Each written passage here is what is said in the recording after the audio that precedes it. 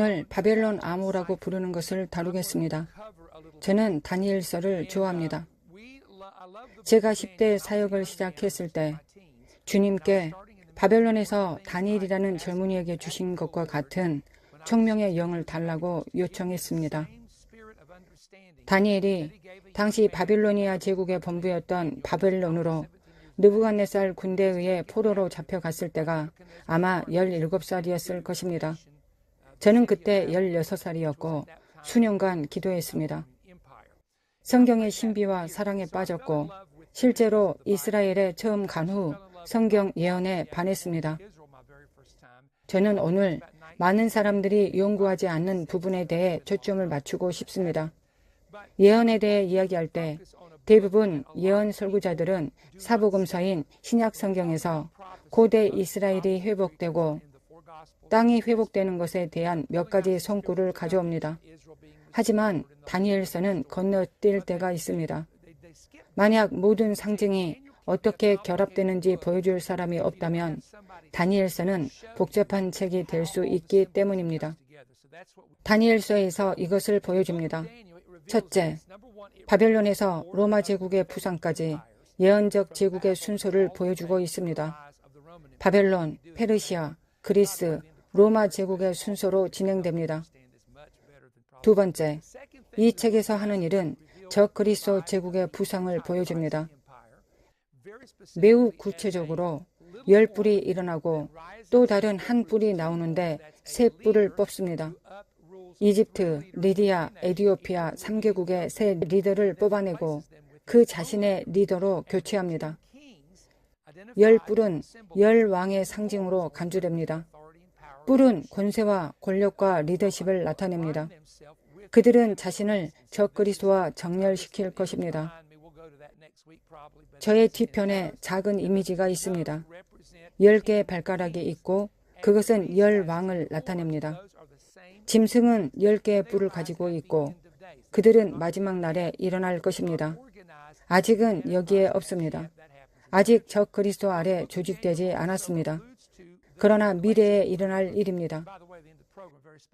다니엘서 역시 환난을 암시합니다. 이는 개국 이래로 그때까지 없었고 앞으로도 없을 환난의 때입니다. 한때, 두때, 반때를 나누는 것에 대해 언급하고 있습니다. 이것은 우리가 이해가 될 때까지 조금 복잡할 것입니다. 한때는 1년, 두때는 2년입니다. 따라서 1년, 2년, 그리고 6개월이 되므로 3년 반이 됩니다. 이는 다니엘서와 요한계시록에 모두 나와 있습니다.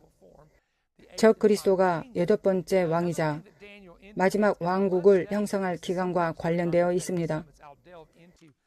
다니엘서가 나타내는 또 다른 내용이 있습니다. 저는 이것을 공부하는 것을 좋아합니다. 다니엘은 환상을 통해 하나님의 나라가 있고 장차 이 땅에 다시 와서 메시아와 함께 통치하고 다스릴 하나님의 성도들이 있음을 밝혔습니다. 다니엘서의 이해를 돕기 위해 역사적 배경을 조금 살펴보겠습니다. 다니엘서에서 우리는 일어난 일을 발견합니다. 아수르 제국 치하에 이스라엘 12지파가 흩어졌습니다. 북방 10지파가 포로로 잡혀 말 그대로 아수르뿐만 아니라 전 세계로 흩어졌습니다. 그들은 이스라엘의 잃어버린 지파라고 불립니다. 베냐민과 유다 2지파는 그 땅에 남았습니다. 그 당시 그들의 본부는 예루살렘이었습니다. 느부갓네살 왕 통치 아래 바벨론은 아수르를 물리쳤고 느부갓네살은 실제로 자신의 제국의 리더가 되었습니다. 아수르 제국을 갖게 되었고 바빌로니아인이 와서 아수르 제국의 영토를 삼켰습니다. 이해를 돕기 위해 오늘날 존재하는 국가들을 사용하겠습니다. 실제 위치는 레바논과 시리아 그리고 이라크가 연결되는 곳이 곧 바빌로니아 제국입니다. 물론 본부는 느부갓네살 이전에 건설된 도시였습니다. 하지만 느부갓네살이 들어와서 확장하고 확장해서 거대한 공중 정원과 이런저런 것들을 만들었고 바벨론이라고 알려졌습니다.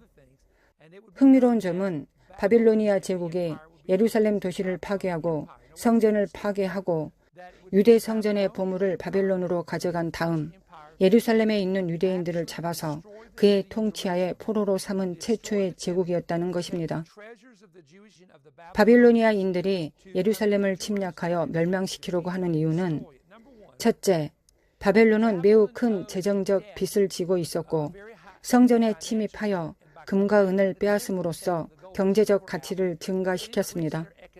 왜냐하면 다니엘 2장에서 느부갓네살의 꿈에 나타난 금머리 형상으로 표현된 왕국이었기 때문입니다. 그들은 많은 금을 가지고 있었습니다. 고대 바벨론에서 특히 바빌로니아 군대가 가져간 성전의 보물은 주로 금으로 만들어진 물건들이었습니다. 이사야는 히스기야 왕이 바빌로니아 사람들에게 그의 궁전의 모든 비밀 장소와 성전의 모든 보물을 보여준 후에 이 침략이 올 것이라고 예언했습니다. 선지자 이사야가 이사야 39장 6절부터 7절에서 말한 것입니다. 보라, 날이 이르리니 내 집에 있는 모든 소유와 내 조상들이 오늘까지 쌓아둔 것이 모두 바벨론으로 옮긴 바 되고 남을 것이 없으리라. 여호와의 말이니라. 또 내게서 태어난 자손 중에서 몇이 사로잡혀 바벨론 왕궁의 환관이 되리라 하셨나이다 하니, 제가 이사야의 예언의 두 가지 역사적 측면을 보여드리려고 합니다. 한 가지는 느부갓네살이 그 지역을 3번 침략했다는 것입니다. 첫 번째는 기원전 606년에 그리고 그리스도 탄생 전인 기원전 598년에 다시 침략했고, 세 번째 침략은 그가 예루살렘에 들어가 예루살렘에 있는 사람들을 포로로 잡았을 때입니다. 느부갓네살은 오늘날 수억 달러의 가치가 있는 성전 그릇들을 빼앗아 바벨론으로 가져갔습니다. 이것은 열왕기하 24장 13절과 역대하 36장 10절에 기록되어 있습니다.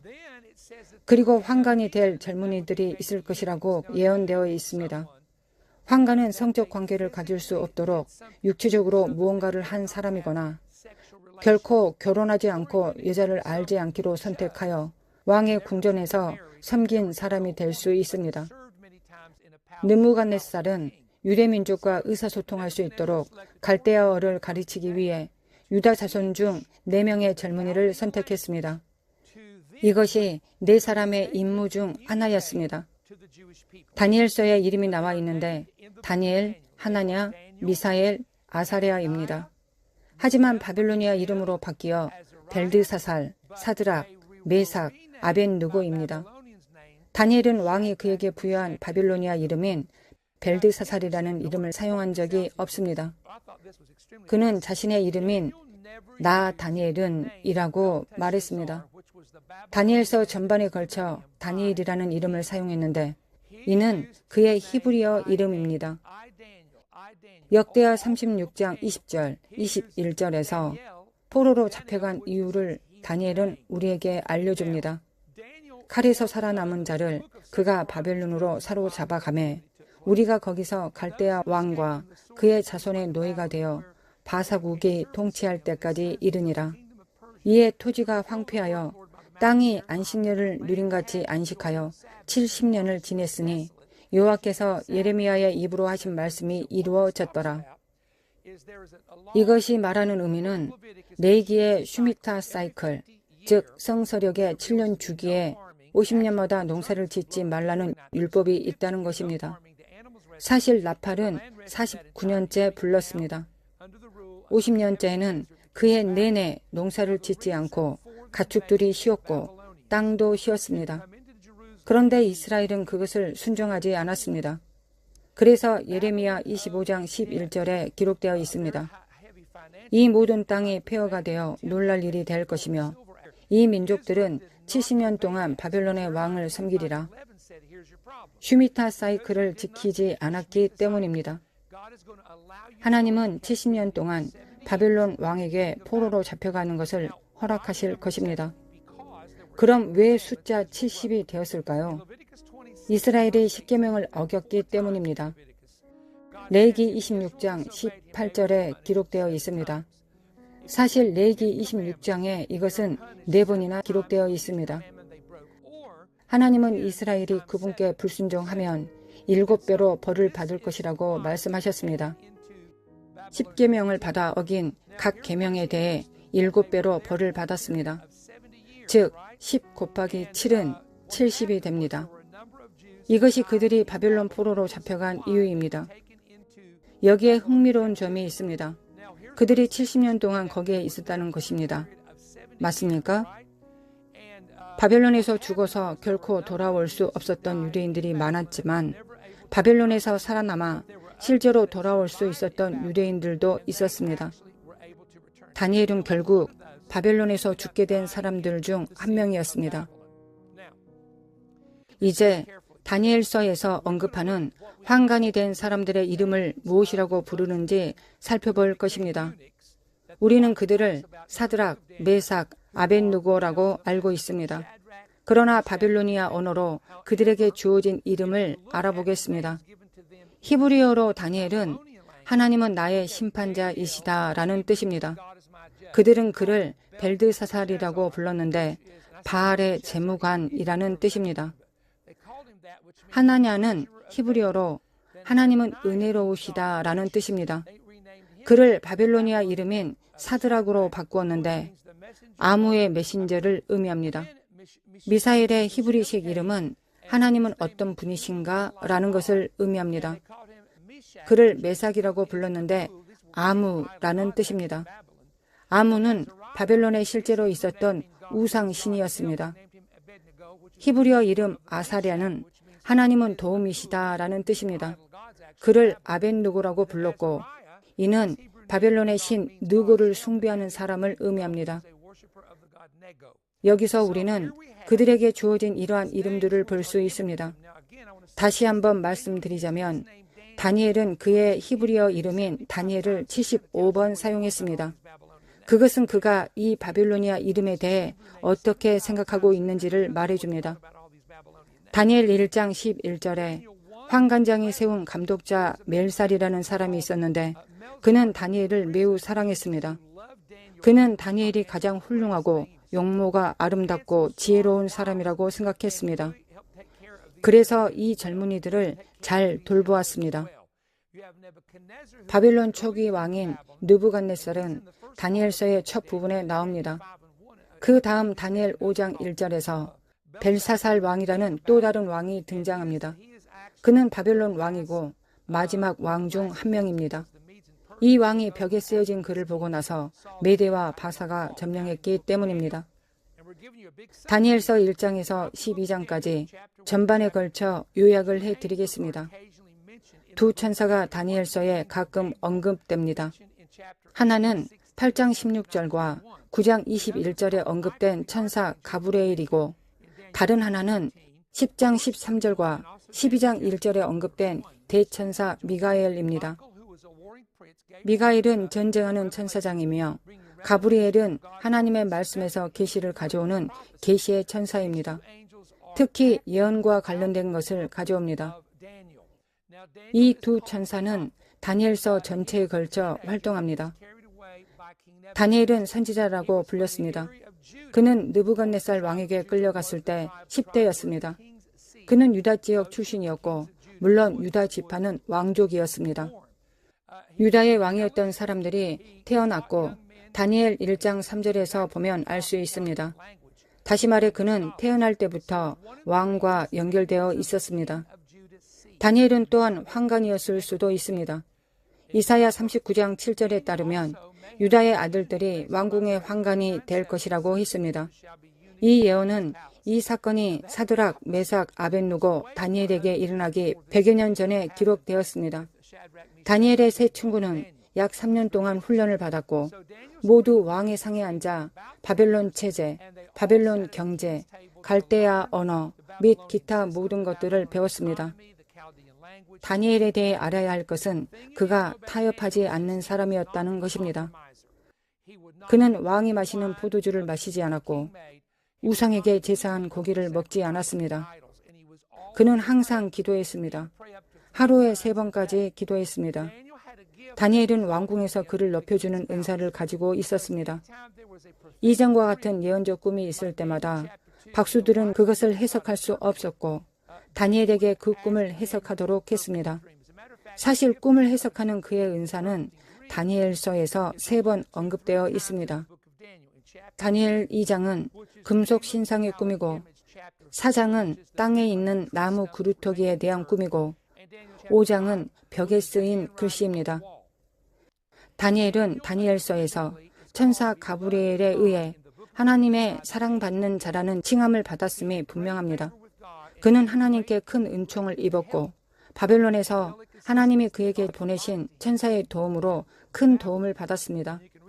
다니엘 8장과 9장에서 그것에 대해 읽을 수 있습니다. 다니엘서 자체에 관해서 알아야 할 사항은 다음과 같습니다.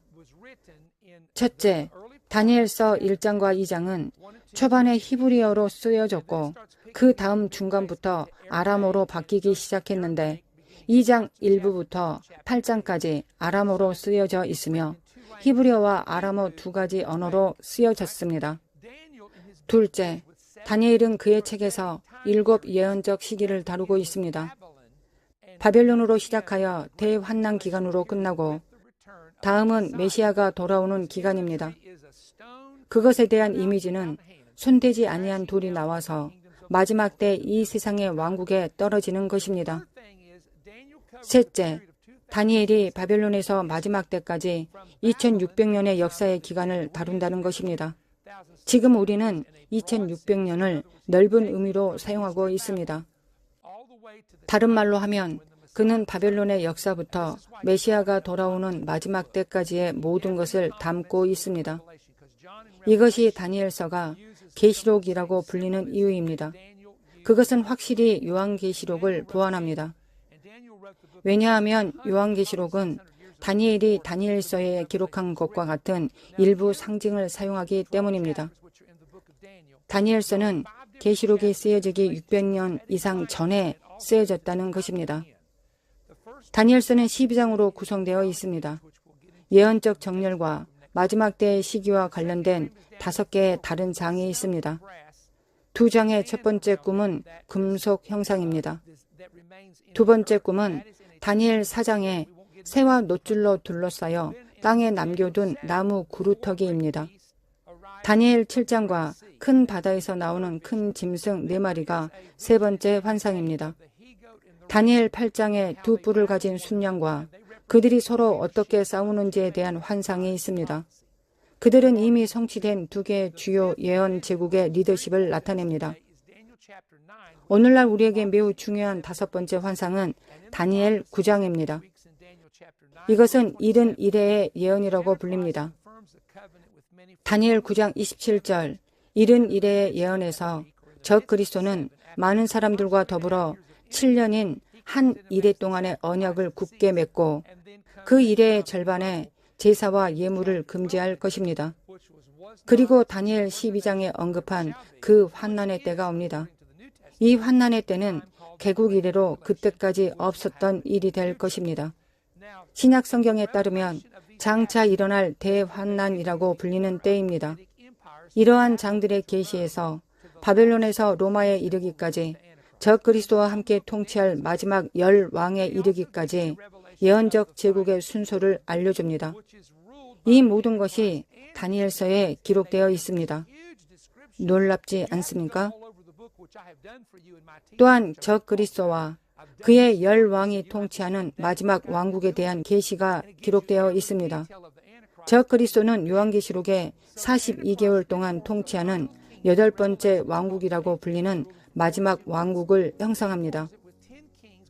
그는 연합한 10명의 왕과 함께 그것을 형성합니다. 그 연합은 세상을 42개월 동안 통치하고 그 42개월이 끝날 때 총 7년이 지나면 환난이 끝나는 때입니다. 메시아가 10왕의 시대에 돌아와 그분의 왕국을 세우십니다. 다니엘은 예루살렘과 유대 민족에게 영향을 미칠 이러한 제국들을 보았습니다. 그는 바벨론에서 그것을 보았습니다. 바벨론 지역은 문명의 요람입니다. 대기권에 있는 사탄의 상위 본부입니다. 바벨론은 창세기 11장에 최초의 세계 종교를 창시했습니다. 4개의 예언 제국 중 3개가 바벨론에서 통치했습니다. 바벨론은 환난 기간의 처음 42개월에 불법의 사람, 멸망의 아들인 적 그리스도를 위한 미래 본부입니다.